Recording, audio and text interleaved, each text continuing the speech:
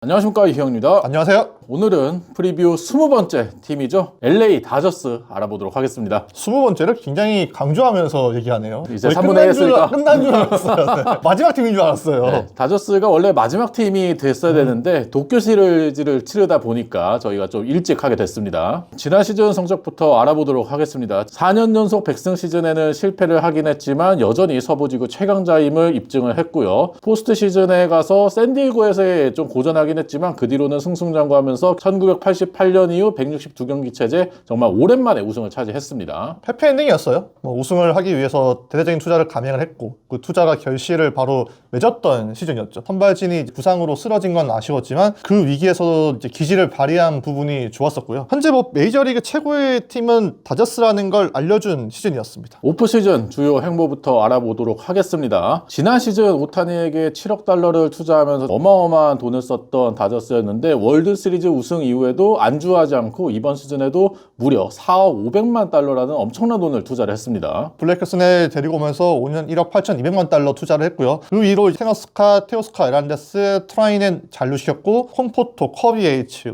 커쇼도 남았습니다. 그리고 아마추어 국제 계약을 통해서 사사키 로키와 650만 달러 계약을 했고요. 주요 마이너리그 계약을 알아보면은 지오바니 가에고스, 에디 로사리오, 마이클 체이비스, 데이빗 보티 등이 있습니다. 그리고 팀을 빠져나간 선수로는 플레어티와 워커블루, 다니엘 허드슨, 조 켈리, 키어마이어, 허니웰, 게빈 럭스가 있었습니다. 오프 시즌 등급 매겨보도록 하겠습니다. 저는 S 줬습니다. S! 와.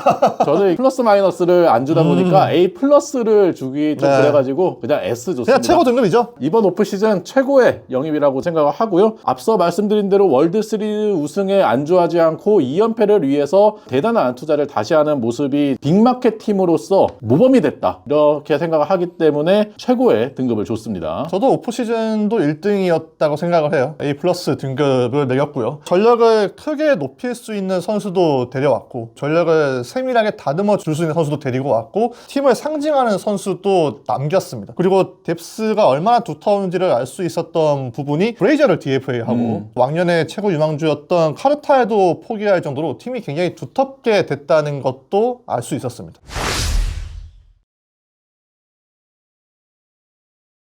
예상 라인업 알아보도록 하겠습니다. 이 라인업은 도쿄 개막전 기준으로 말씀을 드리겠고요. 1번에 오타니 쇼헤이, 무키 베츠, 프레디 프리먼, 테오스카 에르난데스, 윌 스미스, 토미 에드먼, 맥스 먼시, 키케 에르난데스, 앤디 파에스로 구성이 될 것으로 보여요. 네, 역시나 도쿄 시리즈에서 1차전 야마모토, 2차전 사사키가 예정이 된 만큼 예상 선발진 또 1, 2선발을 이제 일본인 두 투수로 설정을 했더라고요. 트넬과 글래스나우, 더스틴 메이가 5선발을 따냈습니다. 예상 불펜으로는 테너 스캇이 마무리를 볼 것으로 보이고요. 커비 에이츠, 블라이크 트레이넨, 알렉스 베시아, 앤서니 벤더로 구성이 되겠습니다. 관전 포인트 3가지 알아보겠습니다. 제 첫 번째 관전 포인트는 왕관의 무게입니다. 올해 다저스의 관건은 더 무거워진 왕관의 무게를 견딜 수 있을지 여부 같아요. 작년에 우승하면서 부담을 덜었다곤 하지만 스토브리그 행보에서도 알 수 있듯이 우승 한 번으로 만족하지 않겠다는 의지를 알 수 있었습니다. 우승해도 이상할 게 없는 팀이 다저스라고 생각을 해요. 각 기관들의 우승 확률을 봤을 때도 팬그래프가 다저스의 월드시리즈 우승 확률을 22.8%로 잡고 있고 페코다도 다저스의 우승 확률을 현재 19.4%로 보고 있더라고요. 근데 아메리칸 리그에서 가장 우승 확률이 높은 팀의 확률이 한 자릿수입니다. 그만큼 아메리칸 리그에는 다저스의 적수가 없다고 봐야 되고 내셔널리그도 애틀랜타가 2위를 차지하긴 했는데 그 차이가 꽤 크더라고요. 근데 고민이 없는 팀은 없잖아요. 다저스도 자세히 보면 부담을 느낄 수 있는 요소들이 있더라고요. 현재 다저스에서 가장 중요한 선수가 오타니죠. 오타니가 올해 투수로 돌아옵니다. 투수로 돌아오기 때문에 투타 경험을 다시 이어갔을 때 체력적인 부담이라든지 부상의 노출도 커질 게 뻔하잖아요. 또 멀티 포지션을 소화하는 선수들이 꽤 늘어났는데 저는 이 부분은 여름이 되면 체력적으로 퍼질 수도 있다고 보거든요. 이 선수들 체력 관리도 부담스러운 요소로 보이고 그리고 2년 연속 아시아에서 개막 시리즈를 가진다는 점, 작년에 가장 늦게까지 야구를 했던 팀이 올해 가장 일찍 시작하고 횡단을 해야 된다는 점이 체력 문제에서 다저스가 어떻게 조절을 하는지가 관리가 중요할 것으로 보이더라고요. 여기에 로버츠 감독. 그동안의 업적을 인정을 받아서 역대 감독 최고 연봉을 받았습니다. 작년에 카운셀 감독이 4천만 달러 넘는 금액을 따내면서 부담을 느끼는 모습이 있었잖아요. 카운셀 감독하고 다르게 로버츠 감독은 같은 팀을 지휘하기 때문에 그 부담은 덜한다고 볼 수도 있지만 여전히 우승이 당연해진 팀을 지휘한다는 건 부담을 느낄 거란 말이에요. 그래서 저는 여러 부분에서 더 무거워진 왕관의 무게를 견딜 수 있을지 궁금해서 첫 번째 관전 포인트로 써봤습니다. 제 이번 관전 포인트는 증명하라 시리즈인데요. 증명하라? 네, 이창석 기자가 저번에 시리즈로 해가지고 저도 한번 또 따라해 봤습니다. 네. 첫 번째 관전 포인트는 절대자임을 증명하라입니다. 뭐 왕관의 무게랑 비슷할 수 있는데 지난 시즌 정규 시즌 1위를 차지했고 월드 시리즈 우승까지 차지를 했어요. 그 과정에서 득실차도 전체 메이저리그 1위를 차지했고요. 이번 오프 시즌에서 또 500만 달러를 쓰면서 오프 시즌에서도 절대자임을 다시 한번 보여줬습니다. 월드 시리즈 2연패가 마지막으로 나온 게 1998년부터 2000년까지 양키스가 마지막이고 내셔널리그에서는 1975년, 76년 신시내티의 2연패가 마지막이거든요. 다저스 역사상도 월드 시리즈 2연패 단 한 번도 없습니다. 하지만 이번에 월드 시리즈 2연패를 위해서 전력 보강을 더 한 상태고요. 일단 월드 시리즈 2연패를 위해서는 지구를 제패를 해야 되는데 지난 시즌에 다저스가 내셔널리그 서부지구팀 상대로 31승 21패 5할 9푼 6리의 승률을 기록을 했습니다. 샌디에이고를 제외하면은 전부 다 위닝 시즌을 만들어냈고요. 샌디에이고 상대로 2011년부터 13년 연속 우세 시즌을 보내다가 지난 시즌 처음으로 루징 시즌을 당했어요. 샌디에이고 상대로 다시 한번 위닝 시즌의 모습을 찾아와야 되고요. 애리조나가 지금 전력을 꽤 강화하지 않았습니까? 코빈 번스 데려오면서 애리조나의 저항이 꽤 거셀 것으로 보이는데 애리조나 상대로 지난 시즌에 7승 6패를 기록했습니다. 애리조나 상대로 가장 좀 어려워할 수 있는데 최근에 6년 연속으로 애리조나 상대로 위닝 시즌을 거두고 있기 때문에 그 우세를 계속해서 이어갈 필요가 있을 것 같고 샌프란시스코가 라이벌이라고는 하지만 전력 차에서 아직 다저스를 따라가기는 좀 쉽지 않거든요. 샌프란시스코와 최약체 콜로라도는 무조건 제압하고 가야 돼요. 그리고 월드 시리즈 우승을 노리는 팀이기 때문에 컨텐더 팀을 상대할 때 강력한 모습을 보여줘야 되거든요. 지난 시즌에 다저스가 5할 이상 승률 팀 상대로 5할 오픈 4리의 승률을 기록하면서 전체 4위를 기록을 했습니다. 다저스의 대항마라고 뽑히는 팀들과의 성적을 살펴보면 양키스에게는 정규 시즌 2승 1패 그리고 월드 시리즈에서 꺾는 모습이 나왔고 애틀랜타 상대로는 5승 2패 미러키 상대로도 4승 3패 필라델피아 상대로는 1승 5패로 뒤지긴 했지만 전체적으로 리그 상위권의 팀들에게도 다저스가 강점을 보인 시즌이었거든요. 그 모습을 그대로 이어가야지만이 절대자의 모습을 군림할 수 있을 거라고 생각해서 계속해서 강팀의 면모를 보여줘야 된다. 관전 포인트로 뽑아봤습니다. 제 두 번째 관전 포인트는 선발진 관리입니다. 올해 스넬과 사사키가 새롭게 합류를 했고 메이와 곤솔린이 돌아오면서 선발진이 넉넉해졌잖아요. 여기에 시즌 중에는 오타니와 커셔도 복귀를 할 예정이기 때문에 선발진이 이계 중대를 꾸릴 수 있을 만큼 굉장히 두터워졌습니다.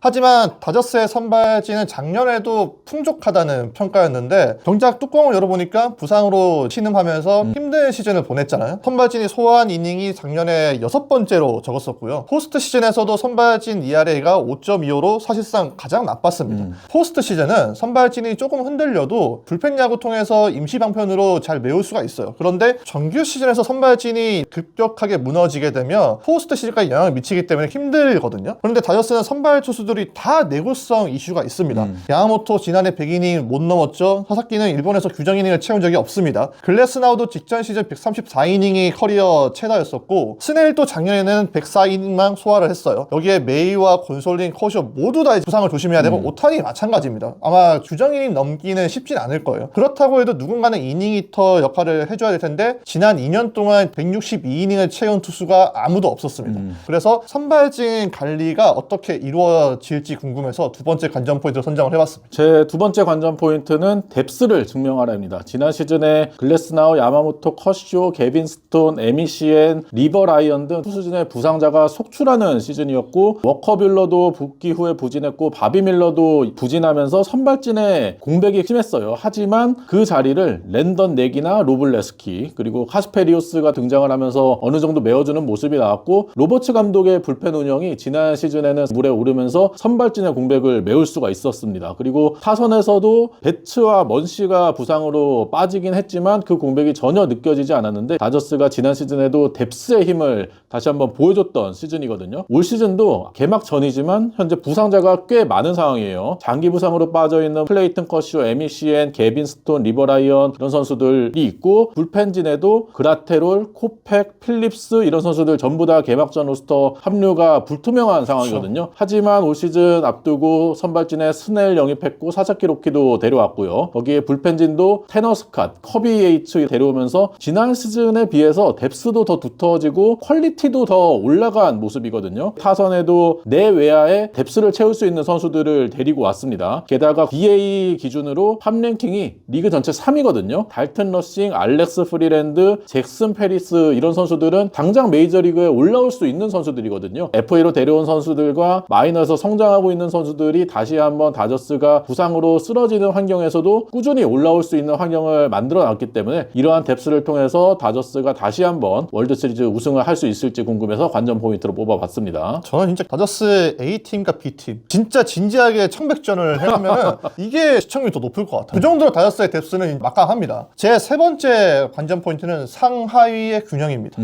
거듭 강조하지만 다저스는 큰 문제가 있는 팀은 아니에요. 네. 결정적인 결격 사유가 보다는 아쉬운 점을 얘기를 하는 거잖아요.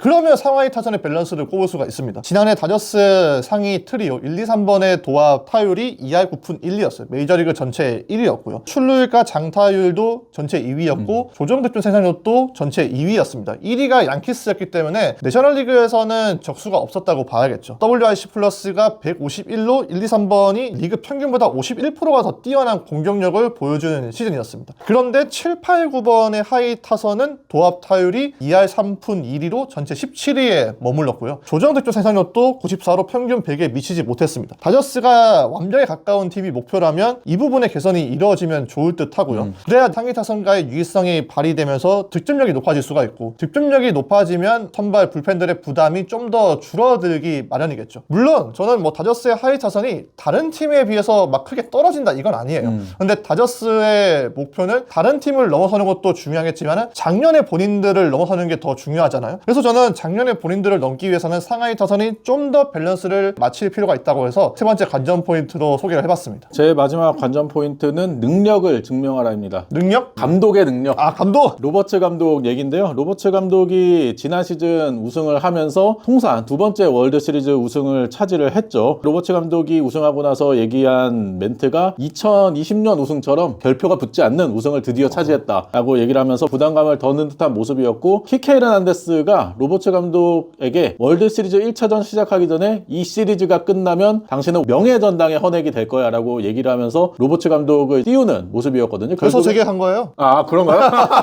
그렇기 때문에 이제 월드 시리즈 우승을 차지하면서 역대 최고의 감독으로 향해 가고 있는데 로버츠 감독이 통산 승률이 6할 2푼 7리입니다. 1000경기 이상 한 감독 중에서 승률 역대 1위를 기록을 하고 있거든요. 지난 시즌도 사실 다저스가 물론 슈퍼스타들이 많았지만 순탄한 시즌은 아니었어요. 부상도 많았고 무키 배츠가 빠진 상황에서 오타니가 1번 타순에 올라갔는데 무키 배츠가 복귀했을 때 타순 조정에 대해서 좀 우려가 있었잖아요. 무키 배츠가 워낙 1번 타순을 좋아하니까 그 과정에서 오타니와 무키 배츠에게 전혀 불협화음 없이 로버츠 감독이 잘 설득하는 모습이 나오면서 팀 타선이 유기적으로 오타니 1번으로 돌아가는 모습이 나왔었고요. 슈퍼스타들을 잘 융화시키는 모습이 나오는 게 로버츠 감독의 가장 큰 능력이라고 생각을 하거든요. 올 시즌에도 스넬이나 사사키 로키 이런 선수들이 합류를 했기 때문에 이 선수들을 어떻게 또 조화롭게 만들어가면서 팀을 운영할지도 궁금하고 지난 시즌 선발진의 부상이 속출함에도 불펜진의 신들린 운영을 통해서 로버츠 감독이 월드시리즈 우승을 차지하지 않았습니까? 그 과정에서 많은 비난을 부식시키는 상황이 있었는데 로버츠 감독이 지난 시즌의 불펜 운영이 플루크가 아님을 다시 한번 증명을 하면서 월드시리즈까지 우승을 차지한다면 월터 엘스턴이나 토미라 소다와 나란히 할 수 있는 감독이 될 수 있을 거라고 생각을 해서 세 번째 관전 포인트로 능력을 증명하라를 뽑아봤습니다. 근데 저는 로버츠 감독에 대한 제 스탠스는 변하지 않았습니다. 지금 현재 손가락 안에 꼽히는 명장이라고 생각을 하는데 로버츠 감독은 본인이 현재의 반열에 계속 머무르려면 끊임없이 자기 자신을 의심을 해야 됩니다. 작년부터 그 얘기를 계속 하고 있죠. 능력을 증명하는 것도 중요하지만 자기 자신을 끊임없이 의심하라. 그게 굉장히 중요할 겁니다.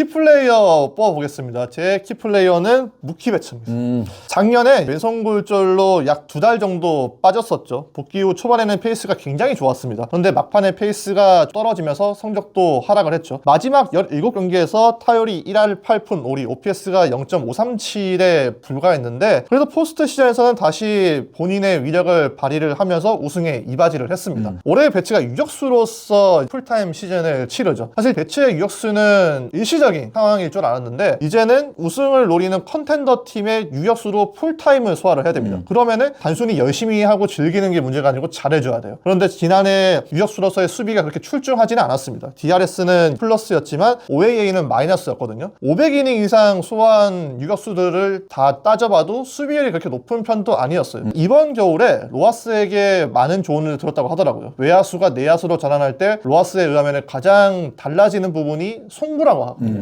이 팔의 각도가 중요한데 팔의 각도를 조정하는데 큰 중점을 뒀다고 합니다. 팀을 위한 희생으로 쉬운 길을 뒤로하고 힘든 길을 선택한 거는 박수를 쳐줘야 되지만 앞서 말씀드렸듯 센터라인의 중추적인 역할을 맡아야 되기 때문에 정말 잘 소화를 해야 되는 상황이 됐어요. 만약에 배츠가 유격수 전환에 성공을 해서 공격에서도 뛰어난 모습을 보이면 가장 유력한 MVP 후보 중 한 명이 아닐까 싶어서 키플레이어로 뽑아봤습니다. 제 키플레이어는 블레이크 스넬입니다. 5년 1억 8,200만 달러 계약을 맺으면서 다저스가 양대리그 사이 영상 수상자를 품었어요. 지난 시즌 내전금 부상으로 시즌 초반 상당히 부진했지만 7월 이후에는 리그 최고의 투수였습니다. 평균 자책점도 1위, FIP도 1위였고요. 9이닝 타삼진도 1위, 9이닝 피홈런은 리그 2위, 그리고 승리 기여도도 팬그래프 기준으로 메이저리그 3위를 기록할 정도로 리그를 지배했던 모습이 스넬이었는데 이 모습이 다저스에서 꾸준히 나와주기를 기대를 하고 있을 거고요. 현재 다저스에 합류하자마자 사이 영상 수상자답게 투수진의 리더 역할을 하고 있어요. 야마모토가 시범경기 기간 동안에 스넬과 매일 아침 식사를 하면서 투구에 대한 얘기를 하고 사사키 로키도 불펜 투구가 있을 때마다 스넬과 의견을 많이 나눈다고 했고요. 바비 밀러 역시도 스넬을 멘토로 삼고 있거든요. 벌써 리더 역할을 잘 하고 있는 스넬인데 이번에 다저스가 앞서 이창석 기자가 강조했듯이 선발 투수들의 이닝이 중요한데 다저스가 스넬에게 이닝 히터의 모습을 기대를 하고 있습니다. 스넬 본인도 워크호스라고 얘기를 하면서 많은 이닝을 소화하고 싶다라고 얘기를 했거든요. 물론 그러려면 스넬의 고질적인 문제인 제구 문제가 어느 정도 해결이 돼야겠죠. 지난 시즌 7월 이후 노히터 한 경기를 포함해서 14경기 중에 10경기를 6이닝 이상 소화를 했고요. 그중 7이닝 이상 경기가 4경기가 있었습니다. 그만큼 스넬이 지난 시즌 후반기에는 어느 정도 이닝을 잘 소화하는 모습이 나왔기 때문에 부상만 없다면 지난 시즌 막판의 모습을 꾸준히 이어갈 수 있을 거다라고 생각을 하고요. 다저스가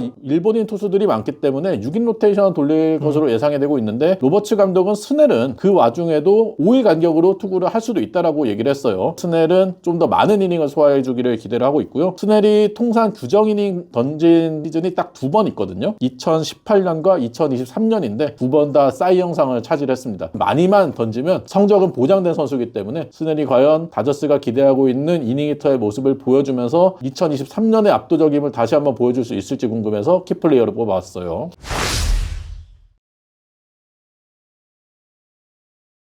최고 최악 시나리오 알아보겠습니다. 제 최고의 시나리오는 당연히 월드시리즈 2연패입니다. 저도 마찬가지입니다. 거기에 붙여서 포스트 시즌 11연승과 함께 와, 압도적으로 안 진다는 거죠.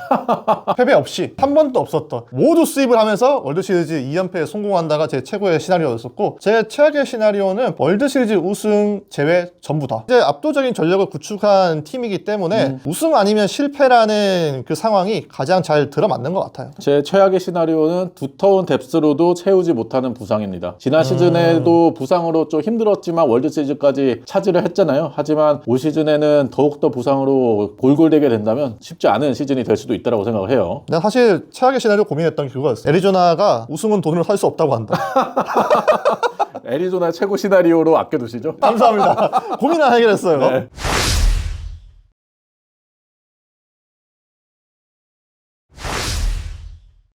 저희가 프리뷰 20번째 팀이죠. LA 다저스 알아봤는데요. LA 다저스의 월드시리즈 2연패에 대한 의견도 댓글로 많이 달아주시기 바랍니다. 구독과 좋아요 부탁드리고요. 다음 프리뷰로 찾아뵙도록 하겠습니다. 안녕.